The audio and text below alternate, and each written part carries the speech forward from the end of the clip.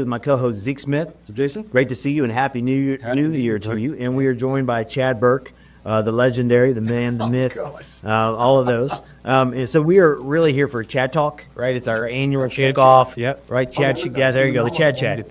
It's the Chad Chat. And we're going to kick things off, Chad. So every year we like to just try to kind of take a look back, kind of a peek back at what happened in 24, any major highlights for the organization, and then what are things looking like both from an industry perspective, policy perspective, really how are we looking when we move into 2025. So Chad, we're going to turn it over to you to kick things off. Sure. Well, first off, appreciate you guys so much.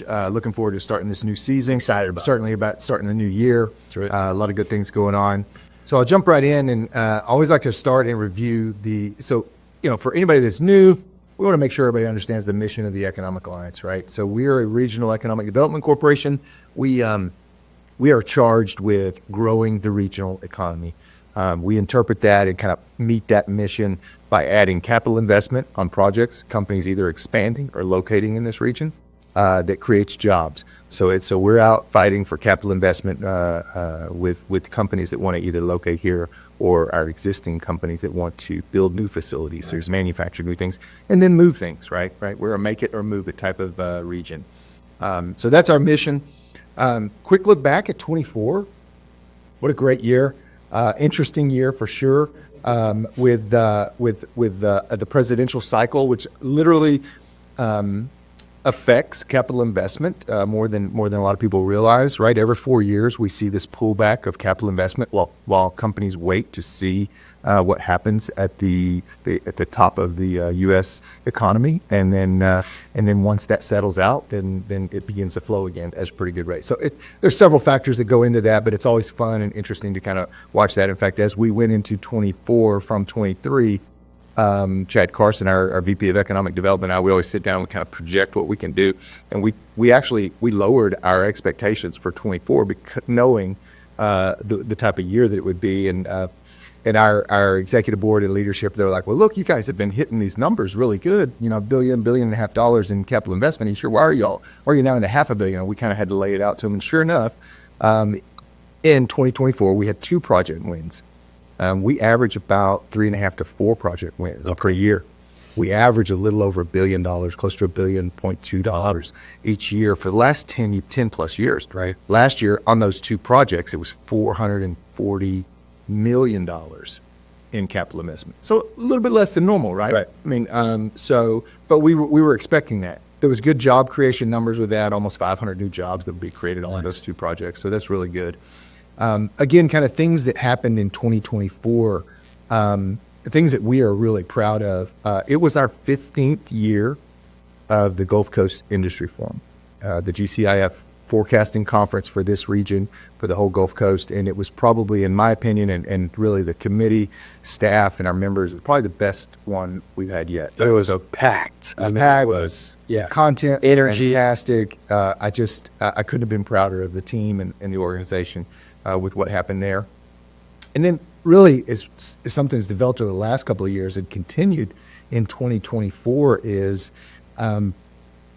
the growth and just success of our Women's Leadership Forum. I know both of you guys have been part of that as well, but we host 3 events each year to highlight just exceptional women leaders in this region or kind of in the greater Houston area.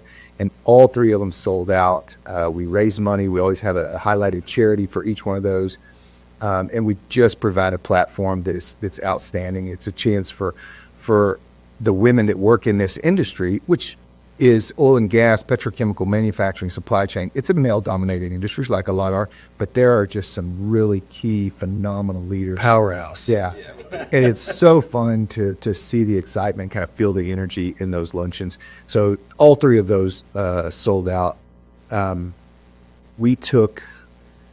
We annually, and we'll talk a little bit about this in a minute, but annually we have a federal advocacy trip up to D.C. We took over 50 members to D.C. last year and held 45 meetings across 2 days, and to really drive home the point of our federal white paper that we develop each year, trying to advocate for this region. So those are kind of the highlights. Yeah. Man, it was just a great year all around. We probably had a high water mark on new membership in 2024. So we had 48 new members join the organization in 2024. So we're looking to try and do that again in 2025. Yeah. With the, I guess, even though expected lower capital investment, did you see some of that push because of that? We're waiting and seeing what happens. Even though, we've joked before, it's like they're going to do it anyway. They're just going to do it in different ways, right? If one party, one regime wins, they're going to do it this way. If this regime wins, they're going to do it that way. They're still going to do it, but they want to wait and see which way to do it, right? So it's push. The word is is certainty, right? Is the predictability, right? So you want to be able to predict what the rules of engagement. Lower the risk. Yeah. And so that I'll drop down to one of my looking to 2025 expectations is with the slowing of capital investment in 2024, our pipeline backed up. Okay. Right. So our pipeline, our project pipeline, those projects that we are working on that have not yet been announced, right, that are potential projects for this region, is at an all-time high. Going into 25, it is there are 29 projects, somewhere around $8.8 billion in potential capital investment. We normally average, that pipeline's been running at about $6 billion. All right. So, not as many came out. It backed up a little bit, sure. And so we're expecting over certainly 25 and into 26, we're expecting a nice kind of bounce back of capital investment projects. I think they're going to move fast before the next election cycle, right? Let's get it all in there in 2 years. It does play a factor. Yeah. Cost of money is important as well, and that's eased a little bit. And then our margins on the products that the petrochemical industry makes here, which I have to re-emphasize the fact that the Port of Houston region is home to the largest petrochemical complex in the world now, right? So the products we make are not just for us, it's for the globe, right? And as those margins and competitions tighten around the world, specifically with some of China's production that's coming online, it creates, it's a little harder market to get to kind of predict when we want to build excess capacity, because the industry will build capacity, but they will all build at the same time, and then we're overproducing, right. And then global GDP will catch up, and then we'll say, okay, it's time to pull the trigger on that. So it just moves in cycles like that. But I think we're headed back towards more production. Nice. Certainly on things like LNG and those types of products. So. Yeah, you're exactly right. It backs up the pipeline. We're expecting big things over the next 18, 24 months. Yeah, I didn't hear of anything really getting canceled. It was all just kind of pushed, delayed, just you slid back a little bit. That's great. Great to hear. So we have Dennis, who will be on our next episode, talking a little bit about policy and what we can expect in this upcoming year. But what are your thoughts? So yeah, this is a state every other year in Texas. Odd years are our state legislative years. Thank goodness it's not every year. But we, on the state side, every other year, we will develop a white paper from our members, issues and priorities that we need to work on at the state level to make us successful. And I'll end with this point, but I want to make this point. In order to be competitive for those capital investment dollars, in order for this region to be the region that people want to invest in, you have to be good in policy. Whether it's the state policy, whether it's the federal policy, even down into the county and local policy. So our public policy committee, made up of our members in the organization, drive those issues, right? So every other year at the state level and every year at the federal level, we are developing policy papers and advocating for this region. Okay, there's policy, there's infrastructure, and there's workforce development. We'll talk a little bit about how we have to be competitive in all those. But at the state this year. If you look at our white paper, we held our legislative kickoff in December. We delivered that to our state legislators. I think I've already got 4 trips scheduled to Austin. Nice. With leveraging other groups, invites from some of our cities, our members, to advocate for those issues that are on our white paper. And if you look at our white paper, shockingly, you will see infrastructure support. You will see workforce development as a priority. You will see regulatory issues. You will see economic development incentive type things. So it's our wheelhouse, right? It's the things that make us competitive. We're nothing if not consistent. Yeah, and that makes us a region that people want to invest in, and it all feeds back to our mission of growing the economy. If all these 48 new members want to go find that white paper, how do we find it? can they find it on the website, or is it somewhere? That's a really good question. It should be on the website, so we'll post it up there. But if anybody needs it, we've got copies of it already. Fantastic. So looking into it's a policy year. We'll be in DC in April. We'll be in Austin probably 4 or 5 times between now and April. Oh, wow.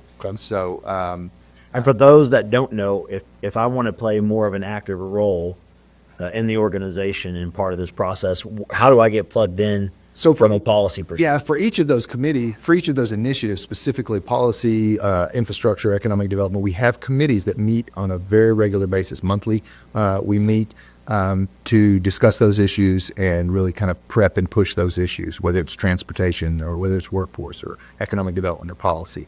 And so, we encourage. I mean, it's not lip service. We're a member-driven organization. We're just the vehicle that our members drive to help meet the mission of this organization. Understood. Yeah. Gotcha. Fantastic. So we've hit on policy. We've hit on the pipeline and what that looks like. Yep. Any other major things that we want to tackle and cover as far as next year's concerned? Yeah, I want to touch on infrastructure real quick. We're at a kind of a critical point in the success or life cycle of some major infrastructure projects in this region. We've had great success on projects. We identify all of our, the port, the industry, our cities, the county. We identify where we need to grow this region with our road or freight infrastructure. TxDOT has approved the plan to redevelop Highway 225. It includes a redevelopment of the 610 bridge. That major project needs to be approved and put in the RTP, the Regional Transportation Plan, so then it is eligible to be funded. And so our current action item is to get that into the RTP. We're soliciting letters from all of our industry partners, our cities, our county, the port, to show that consensus in this region and the importance of that. So we're working on that as we speak. Next Tuesday, that committee meets to kind of hone that effort and then identify any other potential projects in the region that we need to work on. We have gotten approval. The construction of the Beltway 225 direct connectors begins this year, 5 this year, the final 3 next year. So that intersection will be relieved of the congestion that it sees. That's the crossroads of the major artery in and out of the Port of Houston. That's a project we've been working on for years, and it begins construction this year at the end of a lot of effort by the transportation committee here at the Economic Alliance. So that's the biggest. So when I say begin, do they have an end in sight too? Like, what does that typically look like? Yeah, I mean, they're basically 8 giant, aerial bridges going from one to the other in all the different directional changes. Probably a 3 to 4 year project to get all 8 of them done, but they begin over the next 2 years. Not to mention the giant Beltway bridge.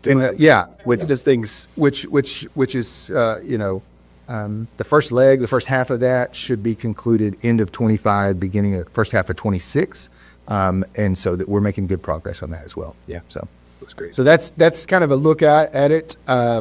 Looking at our big theme is just constant improvement in policy, infrastructure, workforce development, so we're competitive for capital investment. That's really the goal and mission and theme for 2025, and then letting our members network with each other. Yeah, but it wouldn't be a Chad chat if we didn't get any behind the scene, behind the curtain, something you're working that's like, I can't tell you yet, but there's going to be some really big, sexy thing coming here. Have you dropped a couple of those on us last 2 years? They were great, right? Yeah, I would just say this. We've got some good projects that are going to be announced in 2025. Some big capital investment projects that we've been working hard on behind the scenes, and I think it's going to be a really productive year for capital investment. So. A lot of energy, a lot of enthusiasm, a lot of excitement as we head into 2025. So this is the year. Yeah, that investment, I think you maybe coined this term with the trickle down, right? 7x or whatever. Right? Yeah. At job creation, it's 7 to 1 for petrochemical industry. It's fantastic. Well, if you did the math right here, right, 3K, that's 21,000 jobs, right? Yeah. Of creation here in this marketplace. It's unbelievable to even imagine. We're so blessed to be in this region with the opportunity. It's like we have our own little microcosm as far as the economics and how it works and how it operates down here. I say this all the time. I mean, this 25-mile stretch of the Houston Ship Channel accounts for about 20% of the state's GDP. That's right. So think how big Texas is, right? And one 25-mile sliver is 20% of the state's GDP.